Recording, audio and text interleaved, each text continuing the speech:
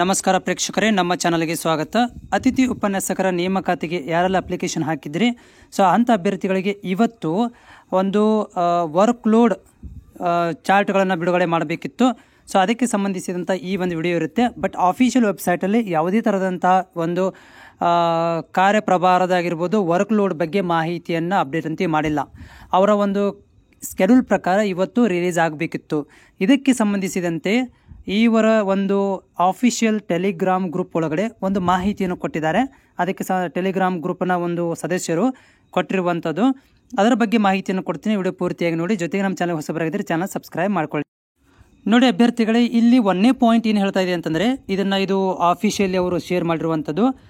So 1ನೇ point ಏನು ಹೇಳ್ತಾ ಇದೆ ಅಂತಂದರೆ, ನೀವುಗಳು ಏನಾದರೂ ಅದೇ ಕಾಲೇಜಿನಲ್ಲಿ ಮುಂದುವರಿಯಿರಿ ಎಂದು ಅಪ್ಲಿಕೇಶನ್ ಹಾಕಬೇಕಾದ್ರೆ ನೀವು ಅದೇ ಕಾಲೇಜಲ್ಲಿ ಮುಂದುವರಿಯಿರಿ ಎಂದು ಟಿಕ್ ಮಾಡಿದರೆ, ನೀವು ಹೌದು ಎಂದು ಎಸ್ ಅಂತ ಟಿಕ್ ಮಾಡಿದರೆ, ಅಲ್ಲೇನಾದರೂ ಕೆಲಸದ ಹೊರೆ ಅಂದರೆ ವರ್ಕ್ ಲೋಡ್ ಇದ್ದರೆ ನಿಮ್ಮನ್ನು ಅದೇ ಕಾಲೇಜಿನಲ್ಲಿ ಪೋಸ್ಟ್ ಮಾಡಲಾಗುತ್ತೆ. 1ನೇ ಪಾಯಿಂಟ್ ಹೇಳ್ತಾ ಇರೋದು. ಸೊ 2ನೇ ಪಾಯಿಂಟ್ ಏನು ಹೇಳ್ತದೆ ಅಂದರೆ, ಅದೇ ಕಾಲೇಜಿನಲ್ಲಿ ಮುಂದುವರಿಯಿರಿ ಎಂದು ನೀವು ಎಸ್ ಅಂತ ಹಾಕಿದರೆ ಕೆಲಸದ ಹೊರೆ ಲಭ್ಯವಿದ್ದರೆ ನಿಮ್ಮನ್ನು ಅರ್ಹತೆಗೆ ಅನುಗುಣವಾಗಿ ನಿಮ್ಮನ್ನು ಕೌನ್ಸಿಲಿಂಗಿಗೆ ಕರೆಯಲಾಗುತ್ತೆ. ಕೌನ್ಸಿಲಿಂಗಿಗೆ ನಾವು ಅದನ್ನು ಅಪ್ಲಿಕೇಬಲ್ ಮಾಡ್ಕೊತೀವಿ. ಮತ್ತು ಕೆಲಸದ ಹೊರೆ ಲಭ್ಯವಿದ್ದಲ್ಲಿ ಇನ್ನೊಂದು ಕಾಲೇಜನ್ನು ಆಯ್ಕೆ ಮಾಡಲು ಅವಕಾಶ ನೀಡಲಾಗುತ್ತೆ. ಇನ್ ಕೇಸ್ ಆಫ್ ಅಲ್ಲೇ ನಿಮಗೆ ತೊಗೋಬೋದು, ಅಥವಾ ಇನ್ನೊಂದು ಬೇರೆ ಕಾಲೇಜಿಗೆ ನಿಮಗೆ ಎಲ್ಲಿ ವರ್ಕ್ ಲೋಡ್ ಇರುತ್ತೆ ಅಲ್ಲಿ ನಿಮಗೆ ನೀವೇನಾದರೂ ಎಸ್ ಅಂತ ಹಾಕಿದರೆ, ಅಂದರೆ ಅದೇ ಕಾಲೇಜಲ್ಲಿ ನೀವು ಮುಂದುವರಿಸಬೇಕು ಅಂತ ಏನಾದರೂ ನೀವು ಅಪ್ಲಿಕೇಶನ್ ಹಾಕಬೇಕಾದ್ರೆ ಎಸ್ ಅಂತ ಹಾಕಿದರೆ, ಅಲ್ಲಿ ಕೆಲಸ ಇದ್ದರೆ, ಅಲ್ಲಿ ವರ್ಕ್ ಲೋಡ್ ಇದ್ದರೆ ಅದೇ ಕಾಲೇಜಿಗೆ ಕೊಡ್ತೀವಿ, ಇಲ್ಲಪ್ಪ ಅಂದರೆ ಬೇರೆ ಕಾಲೇಜಿಗೆ ಕೊಡ್ಬೋದು.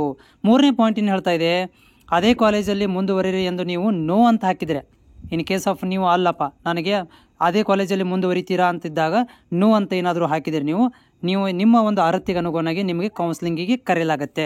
ಮತ್ತು ಕೆಲಸದ ಒಂದು ವರ್ಕ್ಲೋಡ್ ಎಲ್ಲಿ ಇರುತ್ತೆ ಲಭ್ಯ ಇರುತ್ತೆ ಅಲ್ಲಿ ನಿಮ್ಗೆ ಏನು ಮಾಡಲಾಗುತ್ತೆ, ಆಯ್ಕೆ ಮಾಡಲು ಅವಕಾಶವನ್ನು ಕೊಡಲಾಗುತ್ತೆ ಅಂತ ಹೇಳ್ತಾರೆ.